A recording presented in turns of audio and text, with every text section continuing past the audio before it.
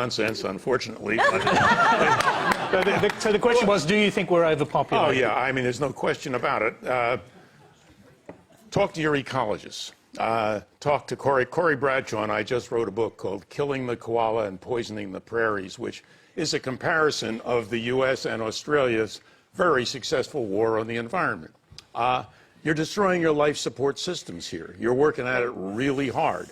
You're also working to become a third world country because your specialization, of course, is to take your raw materials, like your coal, which are going to destroy the world of your grandchildren and great-grandchildren, and ship as much of it unprocessed as you possibly can out to the rest of the world. A pile of coal that Australia ships annually would be about the size of that thing there, extending that way all the way around the world and back to here. That's how much coal you dig out of the ground, even though every scientist in the world knows we should stop burning it as fast as we possibly can.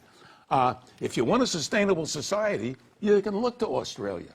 The Aborigines have the longest-term sustainable society on the entire planet, until we came along, of course, and kind of screwed it up at the end. But they went through 40, 50,000 years of great changes and so on, managed to survive, kept their numbers reasonable. By the way, you're quite correct. If you want to solve the population problem, give women equal rights everywhere in the world, give them equal opportunities, give them access to modern contraception, give them access to safe backup abortion, and the odds are that you'll start the slow population decline. Guess what? We'll never have sex with men again. They have sex with men? Oh, God, I wish you told me earlier. Anyway, by the way, that is one thing we'll agree on. Yeah, the aging issue is very popular with idiotic politicians in Europe. They think that because there are, as an aging population, they've got to have imports or higher birth rates in order to keep the population young. There's only one way that you can keep the population relatively young, and that is to keep it growing forever.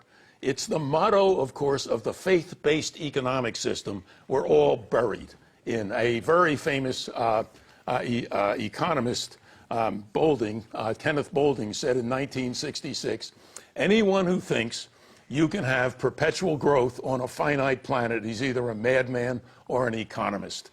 You're going to have to stop growth. Look, you've got a brilliant businessman in Australia who's been telling you this for years. Dick Smith, you know, he says, big Australia's a crock, which of course it is. We're already overpopulated here, and this is partly my country. But Dick gets out and says, you got to design an economic system that doesn't grow. And he's absolutely right.